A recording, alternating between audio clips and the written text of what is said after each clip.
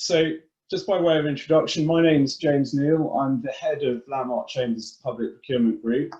I'm joined today by Nick Grant and Alex Shattuck. Just to say, I'll be chairing today in place of Fiona Scolding QC. She sends her apologies, but due to a last-minute professional commitment, was unable to join us today. Just by way of introduction, Nick is one of our junior tenants. He joined Chambers in 2019, and he has a mixed practice across procurement and state aid, planning and property law. His recent procurement work includes advising on the application of the Court of Appeal decision in Faraday, and in relation to various ongoing transactions. And he's advised and acted for various parties in procurement claims, and in particular one particular issue concerning exclusions from a public procurement competition. Alex is another one of our junior tenants. He has a broad practice, and in addition to public procurement, he has particular expertise in public EU and international law. So moving to my first presentation today, I'm going to be speaking, providing an overview of the remedies regime, and I'll be spending about 20 minutes just setting out the framework before handing over to Nick, who will be talking about automatic suspensions. And then finally, we're going to finish with Alex discussing disclosure. So the overview of the remedies regime. If we could just move to the next slide, please. The first question, who can bring a procurement challenge? Well, under the public contract regulations, it's quite clear that only economic operators are able to bring a claim for the breach of those regulations, and that's set out quite clearly in Regulation 91, which refers to enforcement of duties through the court, and says, as set out on the screen, a breach of duty owed in accordance with Regulation 89 or 90 is actionable by any economic operator, which in consequence suffers or risks suffering loss or damage. Now, just pausing there, I'm going to focus for the next 15 minutes or so mainly on the remedies regime in the public contract regulations. There are, of course, the utility contract regulations and the concession contract regulations to bear in mind, but the remedies regime in those regulations broadly follow, if not being identical to the main public contract regulations and the regime there. So, that is the starting point. Only economic operators are able to bring claim for breach of the PCRs. There are, just a point to note, there are separate remedies available for health service contracts, breach of the NHS procurement patient choice competition regulations. And I've just put a note there to say that people can bear that in mind. If you're dealing with a health services contract, then you can also look at whether there are remedies available, or which remedies might be available under those regulations. Now, for the public lawyers amongst you, just to be absolutely clear, following the case of Wild and Waverley Borough Council, there's hardly any scope at all left for third-party JRs to be brought. So by members of the public aggrieved about a decision made by a local authority to choose a particular operator. Following Wild, it's almost impossible now for that third party to show that they've got standing to bring a JR based on breach of the PCRs. I say almost impossible because the court said that did not rule it out entirely as a matter of law, but said that and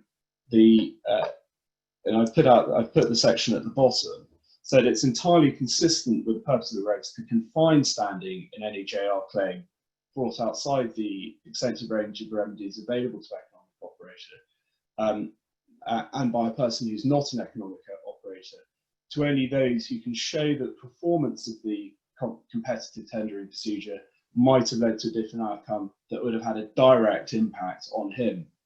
And it's trying to show that you've had that the breach of the PCRs has had a direct impact on you, which effectively rules out third parties. There could arguably be some scope for representative bodies, such as trade unions, etc., to bring a claim, but very hard, given that the test is whether it's had a direct impact on you, very hard for a third party now to bring a JR. Moving on to the next slide, please, if that's possible. Thank you. Remedies available to an aggrieved bidder. So how do they differ to judicial review? The key point here is the difference between the remedies under the public contract regulations and, for example, public law remedies is the availability of damages, and I'll come on to that in a bit more detail. But broadly, I've set out on this screen the range of remedies available to an aggrieved bidder. Firstly, and strictly speaking, there is the remedy of the interim remedy of an automatic suspension, and that is obviously triggered if a claim is filed before the contract is entered into. Nick's going to go into that in a bit more detail. Now, once you've moved beyond that, the automatic suspension stage, what are the remedies available? Well, they're divided into two broad groupings, depending on whether the contract has been entered into, i.e. signed on a dotted line, or not entered into. So if the contract has not been entered into, the remedies available are set out in the third bullet point on this slide. You can a claimant can seek an order setting aside the contract award decision, and that is the most frequent remedy sought. The court can order the contracting authority to amend any document and can award damages, although they'll obviously, those damages are going to be much lower than if the contract has been entered into. But then under Regulation 98, if a contract has been entered into, subject to the grounds of ineffectiveness being established, the court can order a declaration of ineffectiveness, can impose penalties, and again can make an award of damages. And it's that final remedy, an award of damages where the contract has been entered into, that poses the most significant financial risk to contracting authorities. And so for a contracting authority being faced with a challenge, it has to make a decision whether, based on risk, whether it wants to proceed to enter into the contract, even if there is no automatic suspension in place, and incur that risk of, or that financial risk of damages. It may decide to hold fire and wait until the claim has run its course before then deciding what to do. It's a choice for the contracting authority in those instances. If we could jump to the next slide, please. Thank you. Declaration of ineffectiveness. Now, this is a very important remedy that was introduced by the Remedies Directive in 2009, and it's a very powerful remedy because the court can declare a contract prospectively ineffective. So in effect, the contract becomes void prospectively. Now, the grounds for a declaration of ineffectiveness are limited. It's not that any breach of the PCRs can lead to this, and I've set them out on the screen. The main one is where there's been a failure to advertise via contract notice, unless a voluntary transparency notice is issued. We'll look at that in a moment further down this slide. Declaration of ineffectiveness can arise if there's been a breach of the standstill or automatic suspension, or if there's been a failure to carry out a call-off competition in accordance with the terms of that framework. Now, the regulations say that the court must make a declaration of ineffectiveness if any of those grounds arise. However, it is discretionary because under Regulation 100, the regs say you don't have, the contracting authority does not have to make a declaration if overriding reasons relating to the general interest arise. I mentioned voluntary transparency notices. Now, they can afford some protection from the rather drastic effects of a declaration of ineffectiveness. but only if it's only available as a tool to limit that risk if a contracting authority at the outset acted diligently and could legitimately hold that there was no requirement to advertise a contract. So it doesn't help, and it doesn't get contracting authorities out of jail free where there's just been a genuine mistake and the contracting authority thinks it's made a genuine error of law in not advertising that contract. And that was made clear in the case, the European Court of Justice case of Fastlab, and I'll put the reference up on the screen.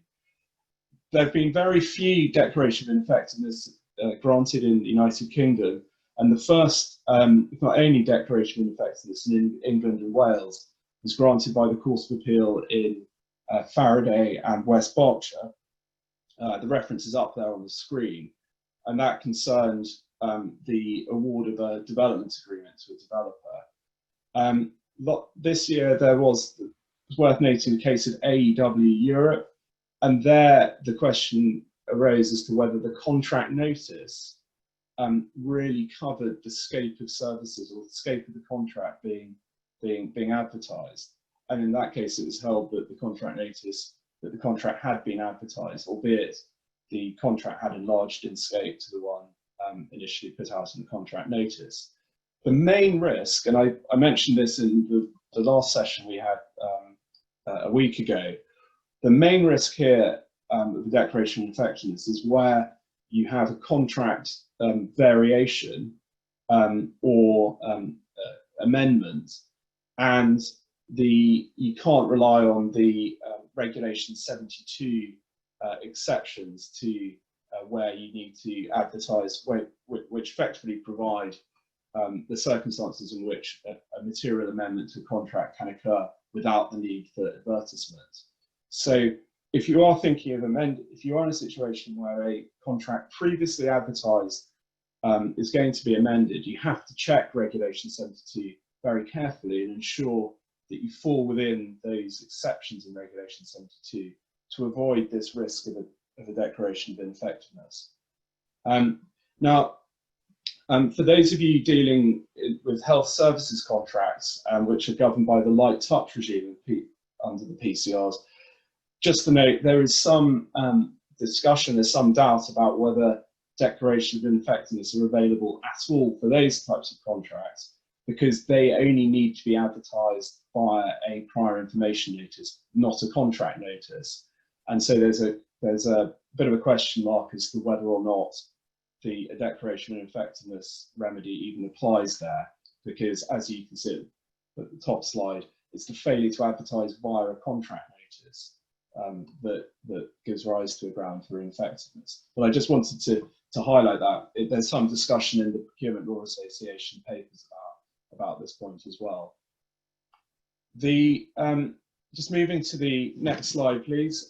So damages, the second key element of the remedies regime under the PCRs. I've just put up on this slide the media or the Financial Times headline following the collapse of the NDA procurement and the court holding that the NDA Nuclear Decommissioning Authority was liable. In that case, the damages, there were no damages actually awarded, the case was settled, but it does illustrate the size of that award, does illustrate the risks involved in major procurement competitions and where they go wrong and where liability is established. The costs that were faced by the NDA in that case, in the settlement, included not just costs to the agreed bidder, EE Energy Solutions, but of course they included the costs of having to terminate the contract early as well. So when looking at the financial risk of a financial risk that a procurement challenge might give rise to, it's worth bearing in mind not just the damages liability to an agreed bidder, but also what your liability will be as a contracting authority to the contracting party that you've actually entered into the contract with. The So moving to the next slide, please. So damages, what are the relevant tests? The NDA case that I mentioned established that not all breaches of the PCRs necessarily will give rise to an award of damages, because the Frankovich test of sufficiently serious breach applies, because it's a breach of EU law that is concerned when there's a breach of PCRs. So not an automatic entitlement to damages if a breach is established. You have to show a direct causal link between the breach and damage sustained. And the measure of damages is essentially the same measure of damages that you get in for a breach of statutory duty in any other instance. But it's to put the economic operator into the position if the breach had not occurred. And that's been made clear since 1999 case of Harman, which I put up on the screen. Essentially, you're looking at the loss of profits or the loss of opportunity to win a contract with the intended award of profits or receipt of profits that award would have made, where that award of contract would have given you when looking at the measure of damages. So it's essentially a loss of chance, and really comes down to a lost profit measure. When looking at a contracting authority faced with a claim for damages could try to mitigate its loss in some respect by abandoning the competition and rerunning it. Now, in the case of Amy Highways in West Sussex, the court said that merely withdrawing or a lawful abandonment of a competition won't actually nullify a claim brought against that contracting authority by an aggrieved economic operator. So it's not going, if you lawfully abandon the competition following a challenge that's been brought, that's not going to nullify that claim. It does seem to me, though, that it will be relevant when it comes to the assessment of loss, because if you then rerun or run a new competition, that will give you an argument to say, well, the actual loss of opportunity or the lost profits should be reduced. But that's never been tested. But the key point here is that simply abandoning the competition that you've run is not automatically going to nullify a claim that's been brought against you.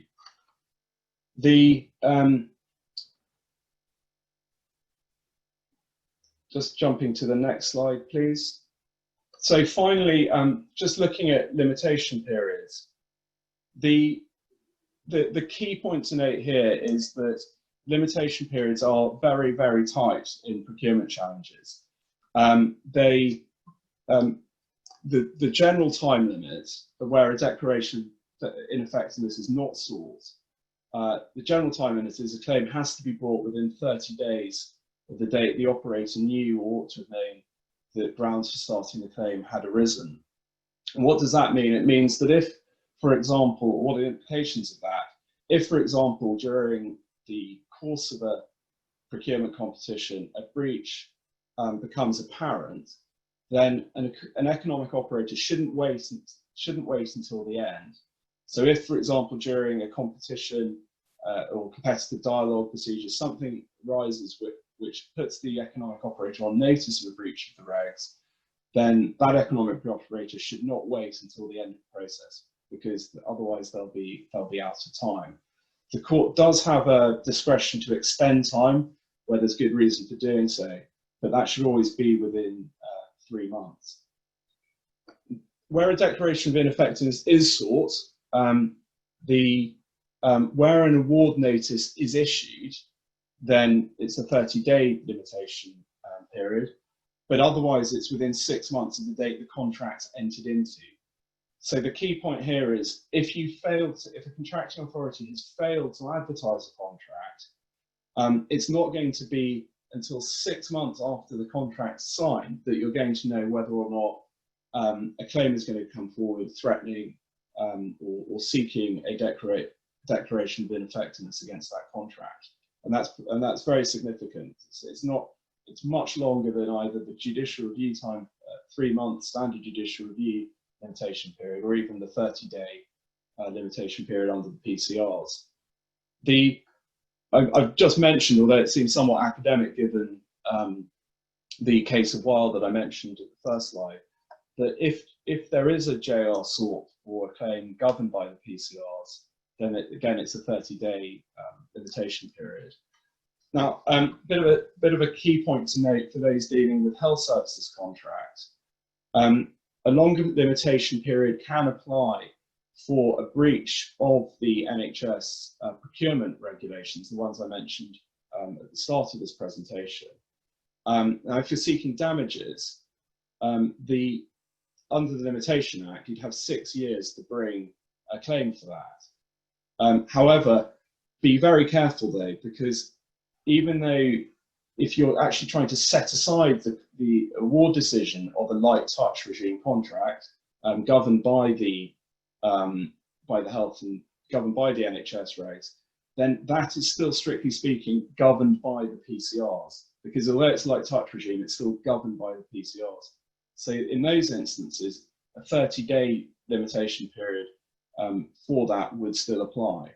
But it's worth bearing in mind, if you're an aggrieved bidder, that if you don't want to go down the route of JR, you can sit back and wait and negotiate with the authority, knowing that you've got a fairly generous 6-year limitation period to threaten or to bring a claim for damages for breaches of those particular contracts.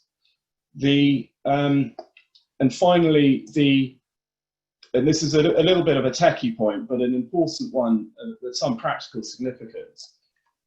The limitation period, or the meeting the limitation period, is triggered by filing a claim form in the Technology and Construction Court for a breach of the PCRs. You then have to get your particulars served within 7 days of issue. So already you can see that there's a very front-loaded and truncated time period to get your case together as an aggrieved bidder. But the particularly techie point I wanted to mention is that be very careful. It's not actually 7 days to send the particulars of claim, because of course you have to bear in mind that under CPR 7.4 and 6.14, through the interaction of those two rules and Regulation 94, the reality is that the particulars will have to be sent no later than 5 days after issue to achieve deemed service. And that's pretty important. There is a case where the particulars were held to be served out of time, and no application was submitted to extend time. So that's really important. As soon as a claim form goes in, you're going to have to be getting particulars out of the door within 5 days. So that's a canter through the remedies regime and some of the main features of it. I'm now going to hand you over to Nick, who's going to discuss automatic suspensions in a bit more detail. Brilliant. Thank you very much, James. The regulatory framework for automatic suspensions, which James has sort of alluded to at the start, is this. Under Regulation 95 of the PCRs, when a claim form is issued in respect of a particular contract, if that contract's not been entered into, then the contracting authority can't enter into it effectively. It's automatically suspended from doing so. Now that suspension continues until either the court makes an interim order under Regulation 96, which is the majority of what we're going to be talking about today, or those proceedings are finally determined. Now, the power to make an interim order, as I've just said, is in Reg 96, and that provides that the court can end the suspension, restore it, modify it, suspend various procedures, or suspend the implementation of a decision. The test is couched in language which has a lot of double negatives, but in essence, it's if the PCRs didn't exist, would it be appropriate for the court to have given an interim injunction stopping the contracting authority from entering into the contract? And we'll come back to that shortly. Now, although this is called an interim order, and it's always referred to as interim orders, there is an important side effect, which is if the suspension is set aside and the contract is entered into, you're then into Regulation 98 territory with regard to remedies. And although there's the declaration of ineffectiveness, outside of the limited circumstances where that can be provided, you're basically confined to your claim in damages. So as has been recognised in the Brace Yourself decision, although it's called an interim order, actually it can have quite significant long-lasting effects. So turning to sort of Regulation 96 and the test, because it effectively links back to whether an interim injunction would be granted, in broad outline, the American cyanamide test applies. And that, of course, is, I'm sure, one we're all familiar with. Is there a serious issue to be tried? If so, would damages be an adequate remedy for either party? And if not, which course carries the least risk of injustice? Well, the first stage I'm not really going to deal with today because it's almost always considered that there is a serious issue to be tried. But for the remainder of this presentation, I want to talk about segments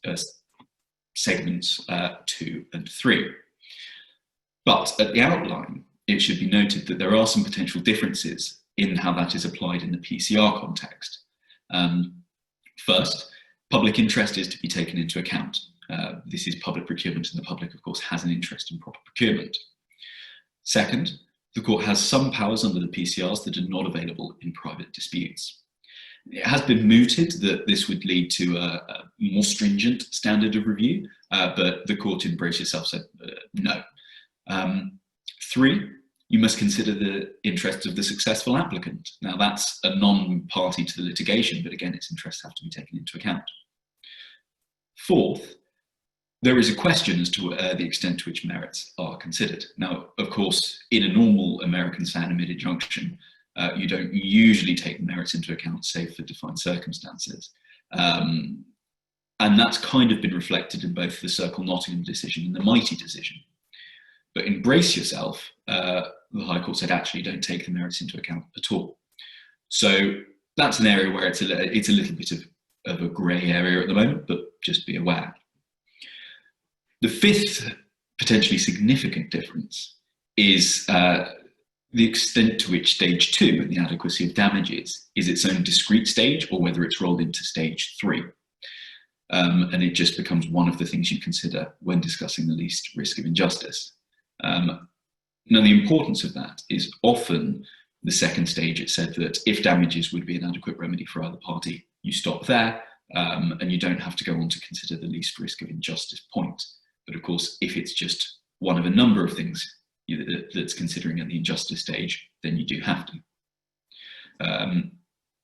Now, having laid out all that, as you'll see from the second bullet point of my slide, that's really something that's a theoretical distinction, but it's not really bothered about in practice. So usually the courts, even the courts that say it's that kind of rigid 3-stage test, will go on to consider the overall that 3rd stage anyway, albeit obiter. The other theoretical point of which to be aware when we're talking about the adequacy of damages stage is the extent to which the Supreme Court's decision in the NDA case, which James has referred to earlier, that there's no automatic right to damages, needs to be taken into account. Well, that was considered in Lancashire Care Trust, but again, it's generally glossed over because in practice, most defendants and claimants concede that if the contract was wrongly awarded, then there's a right to damages. And given that we're dealing here with pretty significant contracts, it's difficult to see how that could not be the case. Now, a number of things are generally run, number of arguments are generally run when we're discussing this adequacy of damages segment, whether it's its own discrete segment or part of the 3rd. Now, often it's said, well, we can't absolutely calculate what the losses are going to be. It's just too difficult, it's just too hard. Courts aren't really sympathetic to this. Absolute certainty in calculation isn't required. The courts, particularly the TCC, is used to calculating damages on a number of assumptions. And the point that's made very forcefully in Brace Yourself is damages just has to be an adequate remedy. It doesn't have to be a perfect one. Also, as an outline point, losses that would be too remote to recover as damages can't be used to show that damages would be an inadequate remedy. So the example given in Mighty, for example, the claimant sought to say that damages were an inadequate remedy because it had planned to use the contract on which it lost out as the vehicle for reviewing its technology, and thereafter using that to enter into more public service contracts. The court said, well, you didn't tell the Ministry of Justice, who was the contracting authority there. It would have been far too remote if you didn't tell them, and therefore you can't use that to show damages are inadequate. The third general point that needs to be made is the courts want chapter and verse with evidence. And some of the things that are run, damages too hard to calculate or reputational risk, as we'll come to shortly, there's often oh, well, this would be very hard. But the courts want to see chapter, verse, and figures from which you're drawing your conclusions. That's a more recent trend, but general assertions simply will not do. So turning to some specific arguments then that are commonly run. The first is loss of C's reputation, or as sometimes it's put as loss of business goodwill, which is something that's usually valued. Sometimes goodwill is rolled into reputation, sometimes it's not. Now, this has been accepted in principle, but generally it's given very, very little weight. Circle Nottingham at paragraph 49, a decision of the TCC in the High Court, goes through reputational risk and how it weighs into the balance very, very thoroughly. And if you are either commencing or defending a claim that has a reputational risk aspect, I very much recommend reading the paragraphs that I've highlighted there at 41 to 51. The key points I've laid out on my slide. In particular, I would want you to note, often it's argued that a loss of reputation will lead to struggling to get further work, for example. But the court has said, well, show us who's the future provider from which you want to get further work. Why are you going to lose out on this basis? Again, it's very, very stringent in its requirements. Another argument that's commonly run is that the claimant will lose a lot of personnel. Now, this can be put in two ways. Either they'll have to make something redundant, close a particular centre, or that the personnel will be tupied across to a new provider. Again, this is generally given fairly short shrift by the courts. The loss of a uniquely qualified workforce can count and can help show damages are inadequate. But you absolutely need to be showing evidence that you will make them redundant. So Alstom, for example, where they said, well, we'll lose our workforce. The court just did not believe that on the evidence because it was referring to a specialist centre that, frankly, Alstom was still going to be using to try and service other contracts. Redundancy payments can be quantified, so that's not going to get you anywhere. It's worked successfully, for example, in Counted for Community, but that was a community interest company, not a big for-profit company, and it was losing a workforce that it took years to develop. Outside of that context, again, it's generally given short shrift, and even the argument that a lot of staff will be tupied across to a new provider, which was pushed forward in Mighty. The court basically said, swings and roundabouts. If you'd have run the contract, you could have got staff viewed via tupi from other companies. So, sorry, take the good with the bad. A third important point that's commonly argued, and this one is really important, is the disruption of wider service provision or services for end users. Now, this can cut both ways in a given case. So in the Lancashire Trust, for example, the claimant, which was a hospital, said, if you lift the stay and allow the contract to be entered into, because we can't do anything else, totally disrupts our ability to deliver children's public health and nursing services. And that's obviously got quite a big ramifications for health and welfare. The court gave that due weight. In DHL, it went the other way. So just not lifting the stay would disrupt the defendant's provision of NHS supply chain services. It would affect preparations for the winter and Brexit. And again, in Mighty, had they not lifted the stay, not lifted the suspension, sorry, it would have disrupted the provision of court services. So Mighty was a contractor that provided sort of soft services to the courts or the MOJ. It had been considered, although Mighty contested that, the MOJ considered a lot of these were suboptimal. And it was said, and the court again gave due weight to the fact that disruption to court service users and inconvenience to them is something that can't be compensated for in damages.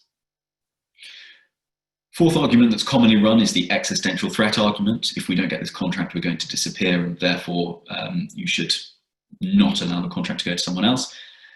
If you're a not-for-profit company, as we've seen in Bristol Missing Link, courts can be sympathetic and that can work. Otherwise, it's not going to get you very far. The point of a company is to make a profit. That can be compensated for in damages.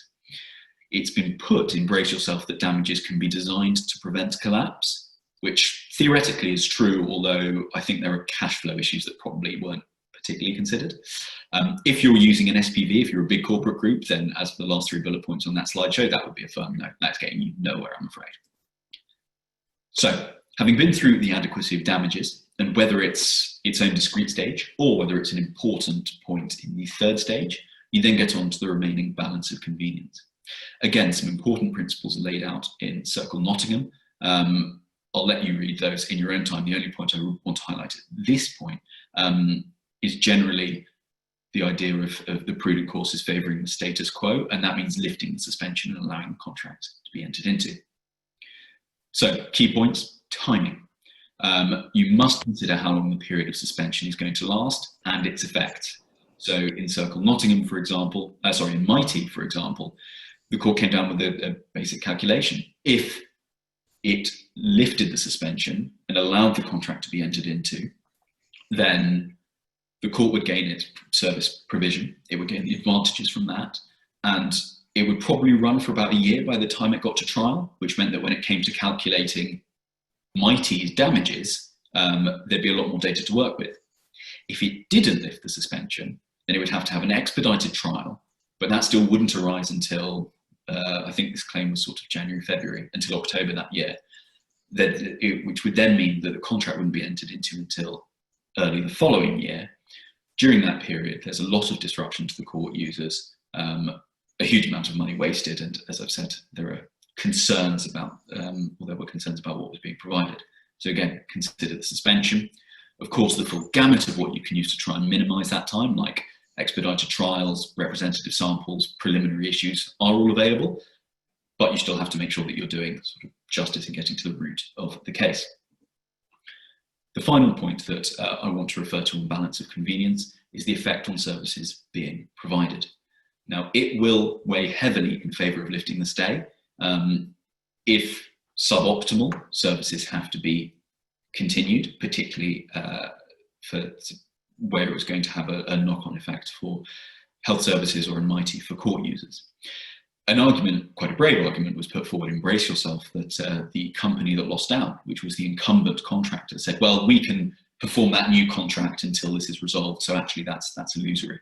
That again got given pretty short shrift, which is, having lost a contract, you can't then use litigation to deliver the new contract for a year. But there's a public interest, a recognised public interest, in obtaining the benefits of the new contract, whether it's services or whether it's better service. So again, that weighs in favour of lifting the suspension. And if there's a long transition period, that too may require lifting. And as in DHL, if wider strategies depend on the imputed contract, so that DHL, for example, concerned wider NHS logistics strategies for the entire country, then again, that will favour lifting. There are obviously more concerns on a case-by-case basis. I've just wanted to highlight in this presentation some of the most important ones and how they're weighed. But that's pretty much it from me, and so I will hand over to Alex. Many thanks, Nick.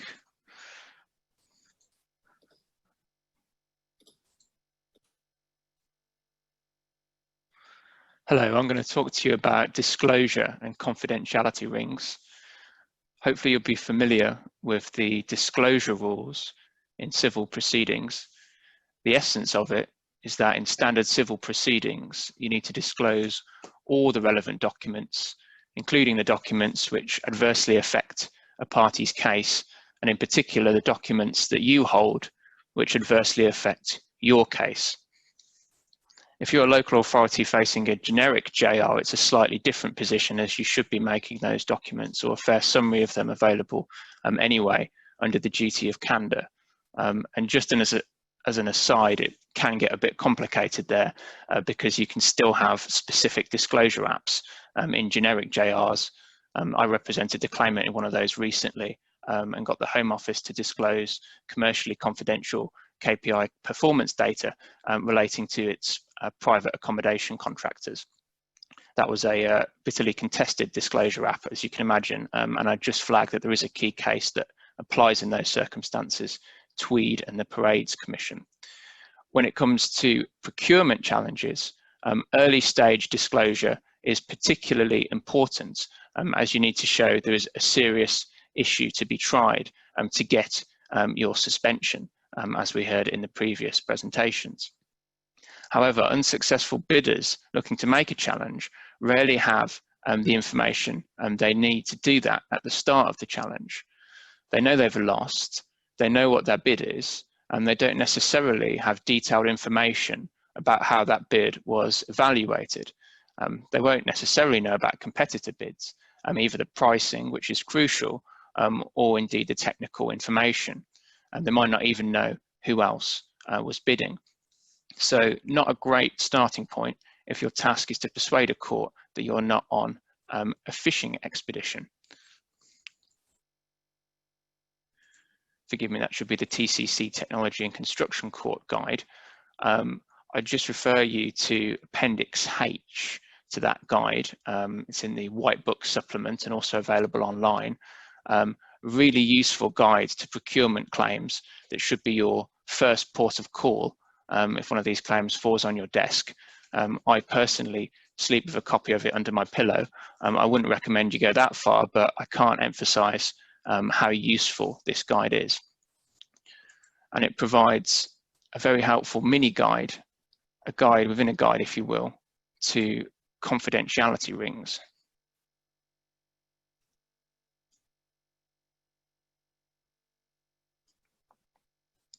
What is a confidentiality ring? It's not specific to procurement claims, but it's used a lot in them. A confidentiality ring is essentially a select and elite group of people who can consider the confidential information disclosed in a procurement challenge, for example, relating to a tendering process and the various bids received. They can do that on behalf of the parties on the list of undertakings designed to preserve commercial confidentiality. Oh, my co-host has asked me to start my video. Forgive me, my webcam is playing up a little. The two key questions with confidentiality rings: who gets to join the club? And sometimes it's called a confidentiality club. And what undertakings do they need to give in order to be admitted to the confidentiality ring?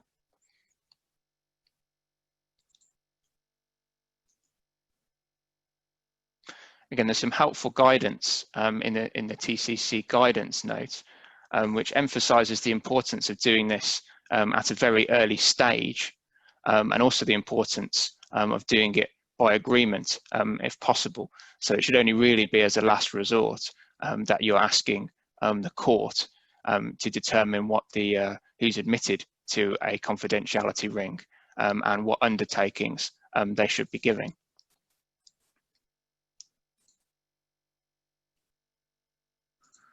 And if you're on the defense in a procurement challenge, I wouldn't necessarily fear entering into a confidentiality ring. You have a smorgasbord of potential undertakings that you can insist on to maintain the confidentiality of the information that needs to be disclosed in order for the case to be tried. You have your familiar disclosure restrictions, like hard copy only of documents and specific locations to view those documents, but you can get more creative. Say the claimant's agent is admitted to a confidentiality ring.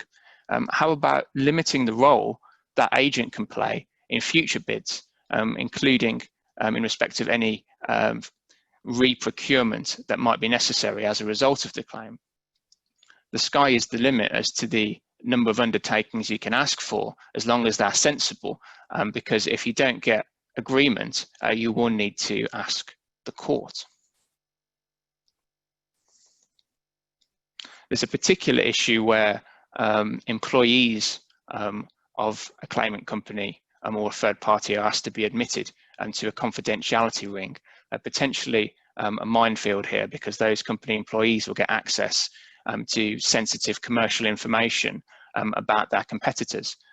But in those circumstances, you can set up what's called a two-tier confidentiality ring, where you have the key group who receives all the information, and then perhaps the company employees receive a redacted version of the information, or only certain bits of information on request.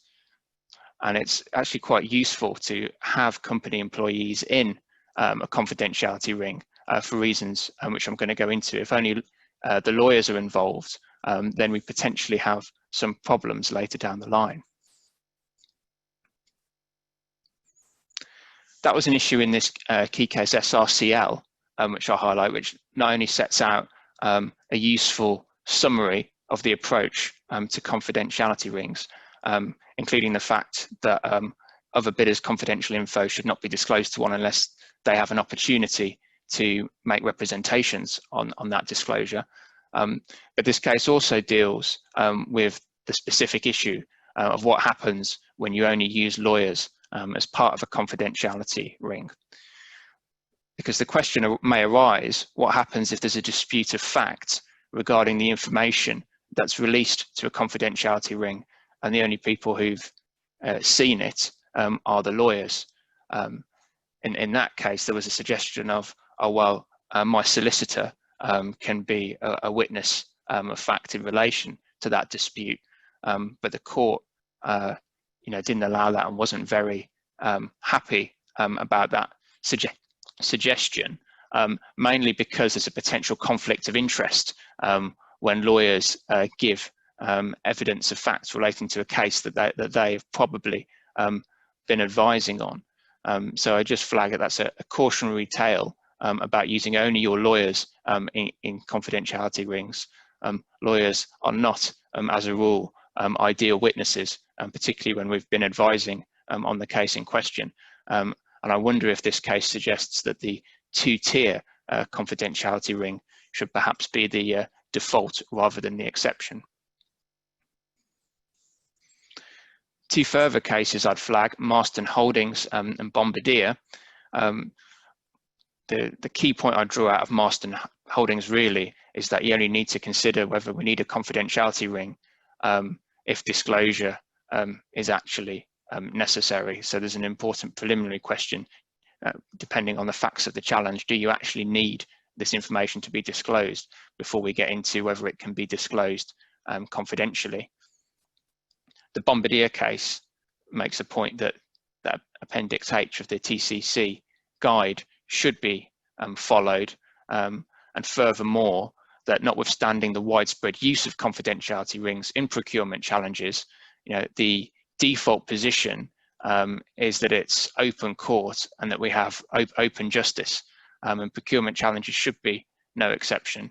So again, that key preliminary question is, if this information is necessary, do we need a confidentiality ring at all? And if the information isn't commercially confidential, then there's no reason why it shouldn't be referred to in open court.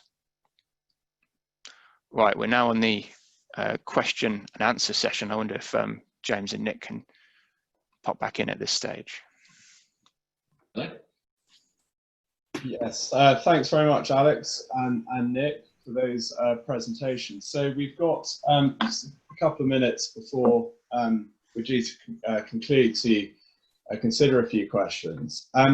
One question that I've seen that I think it's probably best for Nick to consider. Nick, you spoke about automatic suspensions and the application of merit assignment test, and I was just wondering if you could give any indication as to what trends have you detected in terms of the courts, the likelihood of the courts upholding automatic suspensions. So what is the general, the question is, what is the general trend in the way the courts approach applications to lift automatic suspensions? Generally, they seem to be granting the applications to lift. Now, it's always dangerous when you're getting into sort of general trend questions, because of course all of these cases turn on their facts. But in sort of the most recent 8-ish or so cases where there was an application, it was lifted in about 7 of them. And that's really a hallmark of, I think, tightening attitudes towards the evidence. It's not enough, as I said in my presentation, to just say, oh, well, this will be very difficult. They want to see chapter and verse as far as you can go. A general lack of sympathy for sort of big profit-driven companies saying that you can't possibly calculate their profits in damages. Well, I don't think we can take out of the equation the fact that of a lot of these cases, many of them concern the NHS. Of the recent cases, many of them concern the NHS. And as I've laid out sort of in the talk, that's where the impacts on the public in the balance of convenience stage are very, very important. And in fact, in the adequacy of damages stage, because how can you adequately compensate the NHS in damages if it's provided poor service to a member of the public? It's not exclusively the case. So of sort of the last 8, I think 5, I was just looking through this, 5 don't concern the NHS. There's sort of 1 concerning trains, 1 concerning provision of soft furnishings to the RCJ, and 1 concerning telecoms. And again, the suspension was lifted in those as well. But I suppose it's that NHS aspect that's driving a lot of this, not exclusively though. But yes, I suppose to return to the question, the general trend is that the courts are generally lifting these, or at least in the reported cases. And it's an interesting question that the reason there's another question that I've it's been referred to me and that I think I'll be able to address, which is what changes will come about post Brexit or after the finalisation of whatever relationship the UK will have with the EU. And the question I've been asked is what does the future hold in terms of remedies for breaches of procurement challenges post Brexit? It seems to me, and I'm doing quite a bit of work with the Procurement Law Association on this issue at the moment. There's a working group set up to look at what the remedies regime should or might look like post Brexit. And the bottom line is that because the UK is a signatory in its own right to the global or the government procurement agreement, so that's the WTO agreement, that there will have to be some remedy and some review mechanism provided for aggrieved bidders who, following a procurement competition that's broadly has to align with the general principles already in the PCRs. So that review mechanism also has to be a review mechanism in some shape or form for the UK to comply with its WTO obligations. It is very much up for grabs whether that should include damages. Now, if one was to take some of the sentiments expressed to the media by pro-Brexit politicians prior to the referendum, it would seem that the damages element of the procurement regime is something that particularly exercises public politicians and members of the government. So who knows what it will entail? But for me, it seems to be quite likely that we may end up just left with a mechanism that doesn't have a damages component because there's no requirement for that under the GPA. And it effectively becomes a little bit like any other, slightly more similar to any other public law regime, whereby you have a set of regulations, and if you're aggrieved by the decision, you should bring a claim pretty quickly and get that dealt with quickly, because it's in the interests of both parties for these issues to be resolved. So, slight crystal ball gazing, but it seems to me that the TCC will continue to be involved in supervising claims brought on for breach of whatever the new procurement regulations will say. But I think the question of whether damages will remain as a remedy is very much up for grabs. Now, I'm just checking whether we've had, if there are any other questions that we've got time to answer, and I don't think any have come in whilst we've been discussing those questions. So if anyone does, as I said, if anyone does have any questions or further questions, please get in touch with on the website, the webinars at landmarkchambers.co.uk. But it remains for me to thank our speakers, thank Alex and Nick, and to thank you for all attending. And I hope you found that that session informative. And I hope we may end up discussing these questions in due course. Thank you very much.